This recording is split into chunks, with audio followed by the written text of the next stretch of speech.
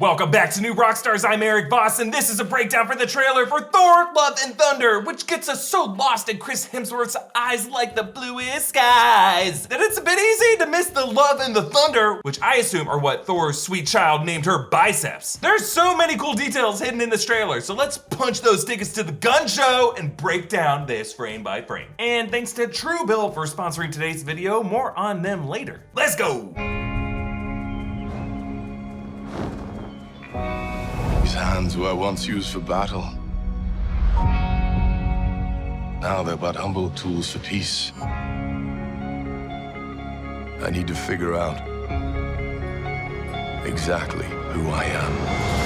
All right, we open on Thor sprinting through the eras of his life, and I'm pretty sure his youngest self is actually played by one of Chris Hemsworth's real-life sons, the twins Tristan and Sasha. Awesome to get them in there, and I think this imagery mirrors the journey of Forrest Gump, a running rambler who stumbles through war zones and prize matches and boats until turning into a bearded trucker hat wearing Zen master, just trying to reconnect with the woman who got away. Women now with tragic health conditions. I may not be a smart Avenger Jane, but I know what love and thunder is. Now, the second phase of Thor's youth shows his teenage self wearing Thor's classic costume from the Jack Kirby comics, the winged helmet, the blue pants, yellow boots. The montage ends with Thor surrounded by flames, representing his home of Asgard being burned by Surtur in Ragnarok. Now, the final shot of the trailer shows Thor in the same fur collar. I'm assuming this is New Asgard of Tonsberg burning down, making this the second time Thor has had to watch an Asgard burn. But you know, it's not a place, it's a people. From these ashes, we cut to a symbol of new beginnings, Thor planting a tree. Except this is more than a tree, it's the handle of Stormbreaker, those runes on the blade for Stormbreaker. Remember, Stormbreaker's handle was made from the tree branch arm of Groot in Infinity War. Now, once that arm was severed, it ceased to be part of Groot, thus why it did not dust along with him in Thanos' snap. But years ago, I discussed the theory that Thor might replant the handle of Stormbreaker to regrow the Yggdrasil Worlds tree after it burned in Ragnarok, which might be what Vin Diesel was referring to in that 2020 interview with comicbook.com when he described Groot's return in Love and Thunder as, quote, Alpha Groot. Of course, Thor's gardening here calls back Thanos' move after retiring at the end of his conquests when he tilled the soil as he watched the sun rise on a grateful universe. But in Thor's case here, I should say suns, because this planet ain't Earth, as in the sky behind him is a massive sun, and then two other planets or moons to its upper left, and then a blue glowing celestial body, another light source behind the tree, and then a ringed planet in the upper right corner. And I am assuming Love and Thunder will finally reveal to us the only one of the 9 realms we have yet to see in the MCU, Alfheim, home of the Light Elves. Not of Alf, even though he is canon in Marvel Comics lore. Notice the scar over Thor's right eye, that's from when Hela sliced out his eye in Ragnarok. It's come a long way in healing, and now both his eyes are bright blue, definitely bluer than they were before, and his prosthetic right eye has been replaced since Endgame. Perhaps that could be why he went to Alfheim, using the Light Elves' magic to heal himself, both physically and, based on this Don Draper meditation pose here, spiritually as well. Now, the music of this trailer is Guns N' Roses' Sweet Child O' Mine, which has lyrics referencing eyes like the bluest skies and childhood memories where everything was as fresh as a bright blue sky. Axl Rose wrote these lyrics for girlfriend Erin Everly, daughter of Don Everly of the Everly Brothers, whose song All I Have to Do Is Dream just appeared in a recent promo for Doctor Strange in the Multiverse of Madness. Multiverse of Madness does seem like a story about parenting, Love and Thunder, a story about being sweet children of the gods. Now, of course, my favorite cover of this Guns N' Roses song is the a cappella rendition from Step Brothers with Adam Scott and Katherine Hahn. So let's go. Flat. It's so flat. I didn't even know. You don't even look good while you're singing. The worst thing I've ever heard. This is $1,200 a week for voice lessons, and this is what I get? Okay, I'm gonna save it with the solo. And we must thank Agatha Harkness for singing the key lyric for this trailer. Pray for the thunder and the rain to quietly pass me by. Thor is the god of thunder, but he is literally burying the hatchet, praying not for thunder to empower him, but to pass him by. Because I think the thunder of Love and Thunder is truly gonna be brought by the villain, Gorr the God Butcher. And the sweet child of mine of the song is actually Gorr's child and wife, who were killed after he prayed for the thunder and the rain to pass them by, but those prayers were left unanswered. And I just find it interesting that this trailer ends short of Guns N' Roses' dark, aggressive shift in the song from the ballad to the where do we go? Where do we go? Where do we go now? As if the darkest is still yet to come. Enough of me singing, let's move on. All right, we see the workout montage showing how Thor lost that weight from Endgame. Not that he needed to lose it. He wears a trucker hat that reads Strongest Avenger, a callback to the running joke of him considering himself the strongest Avenger over Hulk and Ragnarok. Voice activation required. Strongest Avenger. Access denied. Welcome, strongest Avenger. Oh, what? Also, Whitney considers himself the strongest Avenger in Endgame. I'm the strongest Avenger, okay? So this responsibility falls upon me. But my favorite detail about this hat is the fact that Thor used a Sharpie to write this over a different hat that said something else. Because it looks like that hat originally said the mightiest Avengers, but he wrote strong over mighty and then traced over the EST in black so it would look less weird. And then he just said screw it and scribbled out the S of Avengers so it would just be only one Avenger, himself. Actually, Thor's whole look here is modeled on Vincent D'Onofrio's look in Adventures in Babysitting when he played the mechanic Dawson, whom the girl Sarah, obsessed with Thor comics, thinks is Thor. An awesome scene of that movie. Thor. Oh, Thor, mighty god of thunder.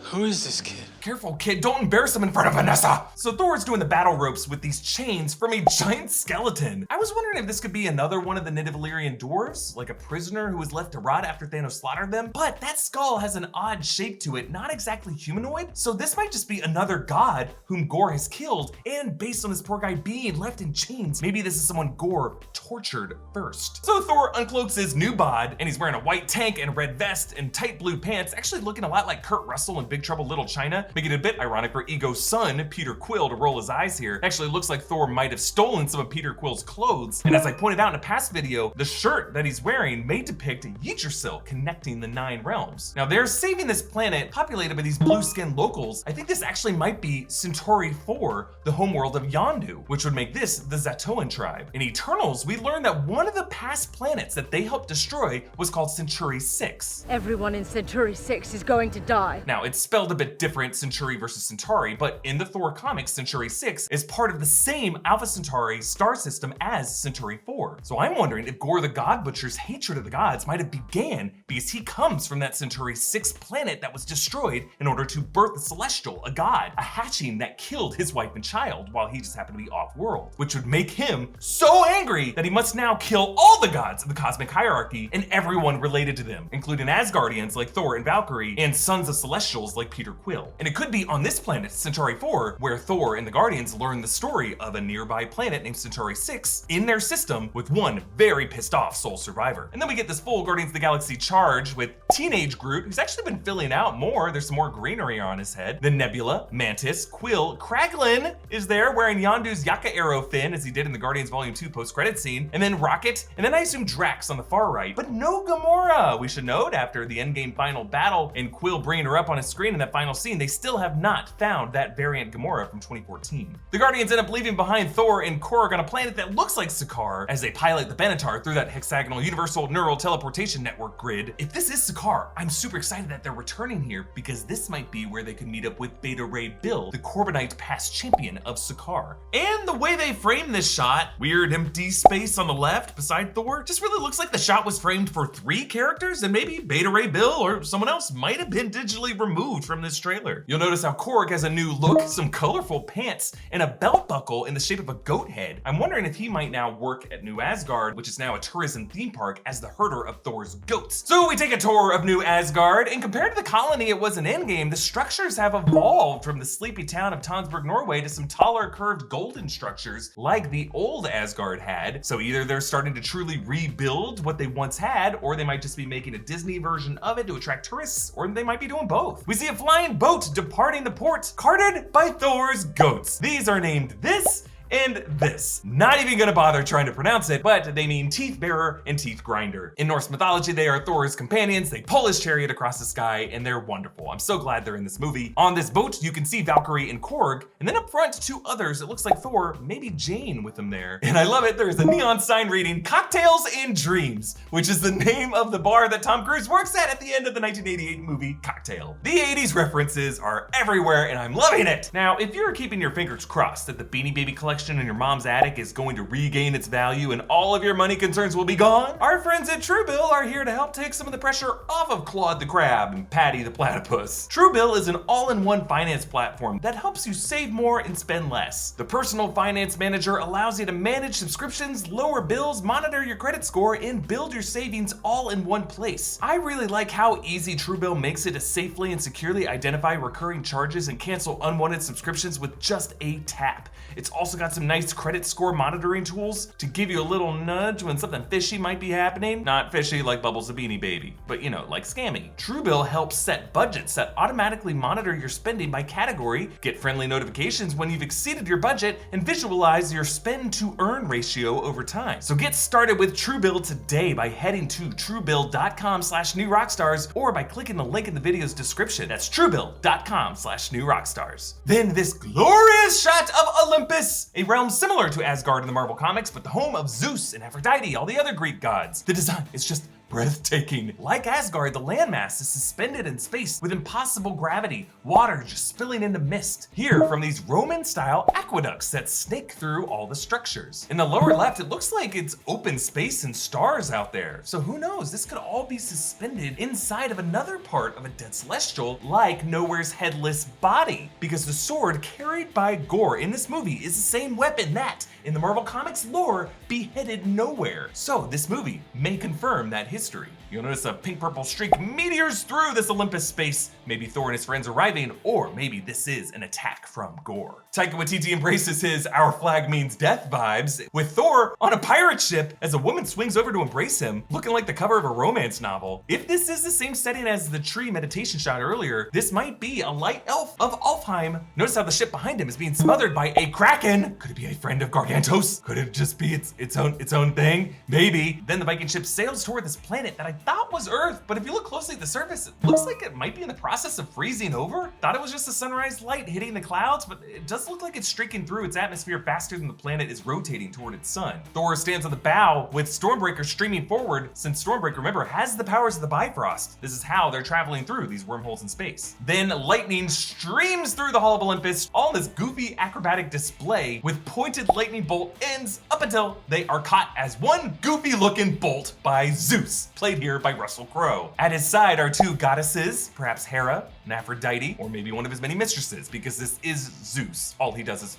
and ruin lives. Across the hall are other gods applauding. It looks like the stands are arranged in boxes, with one larger brightly colored god or goddess in the center, and then their minions or sub-deities surrounding them. I assume among these are going to be Ares, who cameoed in Thor Ragnarok as another past champion of Sakaar, and most likely Hercules, Zeus' son, a major rival to Thor in the comics, who has a ton of arcs. Let's get Hercules in this movie, please. And yeah, this all does look a bit cheesy, but I think that's the point, because we're probably gonna see this place just get wrecked by Gorr in the opening act. Like, I'm sorry if you loved Zeus and the other Greek gods in the Marvel Comics. I'll just say don't get too attached, because Taika Waititi is the same director who killed the Warriors 3 with a flick of Hela's wrist. Thor and Korg high five as the text of this section reads, "Not every god has a plan," which reflects Thor's aimless post-Avenger life now, but also harkens to Gorr's biggest criticism of the gods of the Marvel Universe. They have no plan. They let horrible things happen. They cast judgment without explaining the rules. By the end of this film, I think we will find ourselves echoing the words of Nick Fury in the comics, who whispered to Thor to make him drop Mjolnir, "Gorr was right." The one sign of Gorr's violence in this trailer, at least, the corpse of Falagar the Behemoth, this image taken directly from Jason Aaron's God Butcher storyline, artwork by Asad Ribic in Thor God of Thunder #3, when Thor is investigating the deity figures whom Gorr has killed. Even the trickle of blood coming out of Falagar's nostrils is exactly the same. I don't think we've ever seen a frame of the MCU so perfectly match a panel in the comics, and I really can't blame them. The image is heart-stopping. The only difference is that Korg now joins Thor on that boulder, so now Thor is someone to explain the terrifying significance of Falagar's death. In that comic panel, Thor explains how Falagar was the patron god of the galactic frontier who wrestled black holes just for fun. We can also imagine now for all the ground level people on a planet in a neighboring star system, just for some asshole to punt his black hole into your backyard would kill trillions of life forms. Then a new shot of New Asgard, showing it from the same angle as when Rocket and Smart Hulk approached the town in Endgame on that winding road. Now the port has filled with several cruise liners, including one with the face of Volstagg, member of the Warriors 3, abruptly killed off. A van marked New Asgard Tours drives down that road with a logo that features Mjolnir on it. Now, it looks like in this movie that there's going to be a mound in this tourism destination that displays the broken pieces of Mjolnir as a key attraction. The earth dug out around it, making a kind of pedestal since people might not be able to move the Uru shards. Kind of like how Disneyland has a sword and a stone, and that will be where Jane Foster is empowered as the pieces come back together. Valkyrie now sits at the head of an international summit. The sign in the corner reads, renewable energy conference with art looking like a series of waterfalls that pour into each other, maybe showing how the Asgardians and the Olympians recycle water through their infinity pool water systems that seem impossible, but probably work on some kind of Asgardian magic. Currently, you'll notice the representative from the United States is standing, because that's what we do here, we stand! So I wonder if Asgardian science magic that empowers their boats and everything else in their lives has become a pretty game-changing energy resource on Earth, which would complicate things on oil-dependent countries like the US that needs to protect coal jobs and fracking. But I also like how at this table of international power players, seated in the guest of honor to Valkyrie's left, is New Zealand. I'm pretty sure this is at Taika Waititi's insistence. Now remember, in Spider-Man No Way Home, an international news ticker read, "Political turmoil in New Asgard." This could be what that was referring to. Also in the corners of this room, notice 2 armed guards with berets and interesting leg armor. These could be the new Einherjar of New Asgard on Earth. Remember, those are the guards that protected Asgard. Now they got a new Terran take on their gear. Now Valkyrie, meanwhile, looks bored on her throne, an office chair with Asgardian printing along the back. She's chewing food off some skewer, and above her is a sigil, which I assume will be her variant of Odin's symbol, maybe turned upside down or something like that. Now to the left, Meek is there, wearing a business suit, prepping a drink for Valkyrie. Cocktails and dreams, baby. But notice how Valkyrie is sitting right between 2 doors, Hair and Dom, for the men and the women's restrooms, but right in the middle, it's just some fun framing reflecting how Valkyrie is really a character who defies gender norms. Then another shot of Olympus with a huge Zeus statue ahead. Now on that walkway is Korg and Thor, and then another red-caped figure, I assume Jane Foster. You'll notice statues on the left and the right depicting other gods. On the left, maybe Aphrodite. On the right, that could be Artemis, goddess of the hunt. On to the next clip.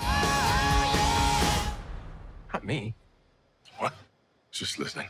All right, we get a better shot of the Guardians here. Quill, Drax, Nebula, Mantis, Rocket, and Groot. And Mantis has this interesting chip on her forehead now, which are connected to her antennae, perhaps a way of amplifying her emotional sensing abilities. Thor is just trying so hard to make Quill love him because all the other people he loves in his life are dead when you think about it. He refuses to break eye contact, just like how he stared Peter directly in the eyes on the Benatar at the end of Endgame. And you can see now in the close-up that Thor has regrown his braid that he used to have in the earlier movies before his head was shaved in Ragnarok and before he let himself go in Endgame. I love how the title logo has this metallic look to it, like an 80s rock band, just metal pieces sliding into place in a diamond shape to form the O, which also reflects the angular text of Norse runes. Then on to the last clip.